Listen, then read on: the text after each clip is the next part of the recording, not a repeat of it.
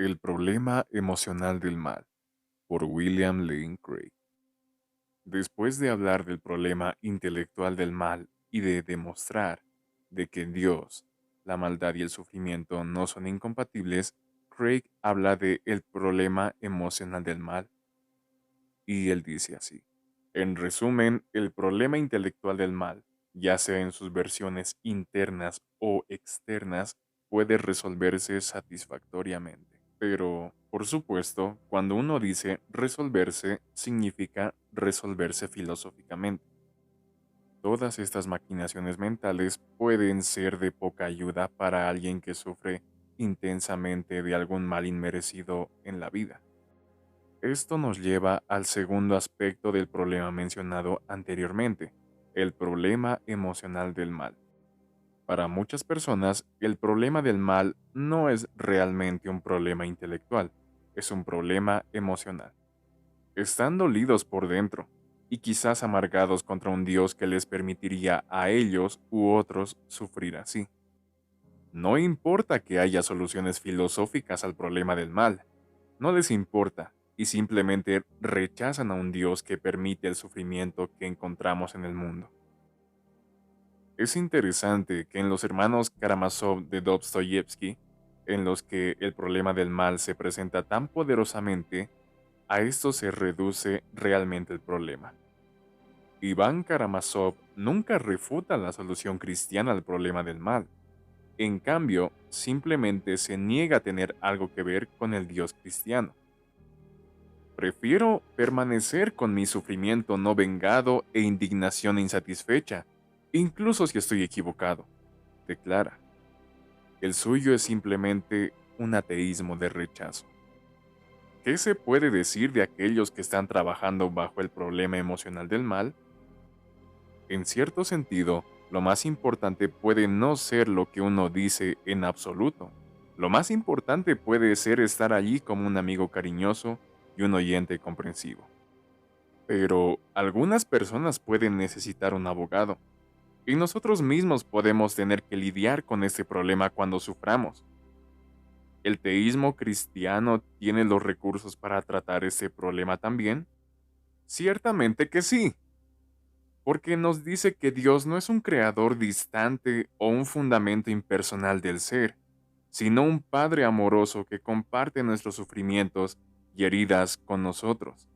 Alvin Plantinga ha escrito: a medida que el cristiano ve las cosas, Dios no se queda de brazos cruzados observando fríamente el sufrimiento de sus criaturas.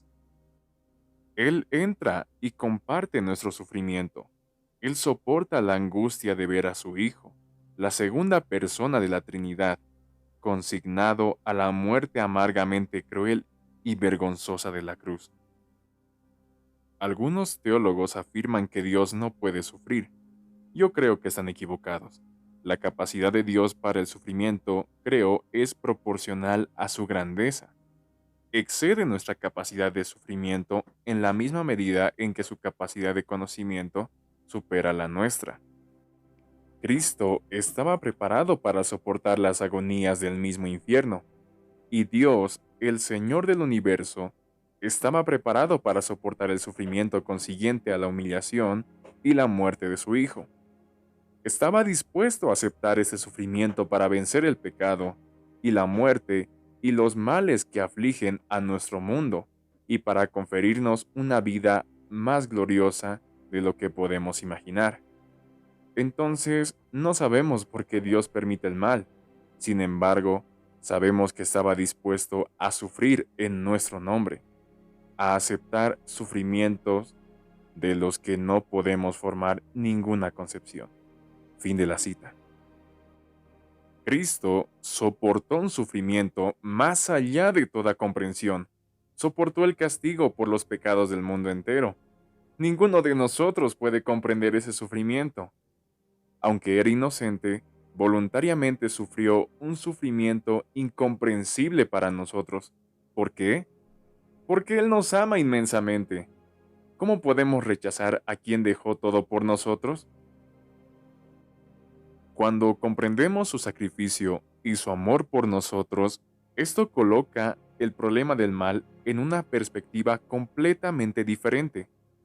Por ahora, vemos claramente que el verdadero problema del mal es el problema de nuestro mal, llenos de pecado y moralmente culpables ante Dios. La pregunta que enfrentamos no es cómo Dios puede justificarse ante nosotros, sino cómo podemos justificarnos ante Él.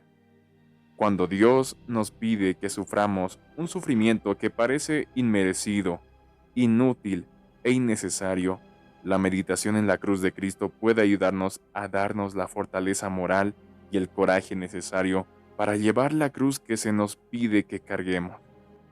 Entonces, paradójicamente, a pesar de que el problema del mal es la mayor objeción a la existencia de Dios, al final del día, Dios es la única solución al problema del mal.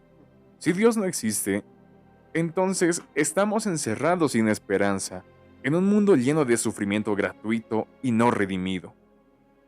Dios es la respuesta final al problema del mal, porque Él nos redime del mal y nos lleva al gozo eterno de un bien inconmensurable, la comunión con Él mismo.